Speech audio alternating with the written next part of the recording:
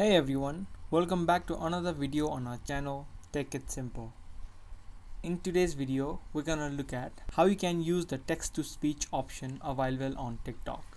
If the video sounds helpful to you, then don't forget to subscribe to our channel if you haven't already, and also turn on the notifications to never miss a video from us.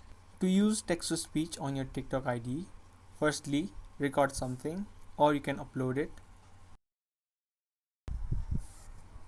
After you're done recording, hit the tick mark. Then on the top right corner of the screen, there's a text option. Now you can type whatever you want the AI to speak.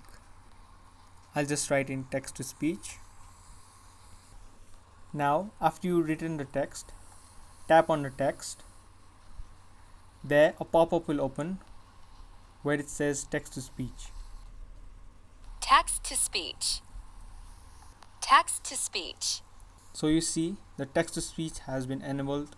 Text to Now speech. you can write anything and the app will repeat those words. Text to speech. That's how easily you can enable text to speech on your TikTok ID. If you liked the video, don't forget to give us a thumbs up. We will be back with similar videos like this. Thank you for watching.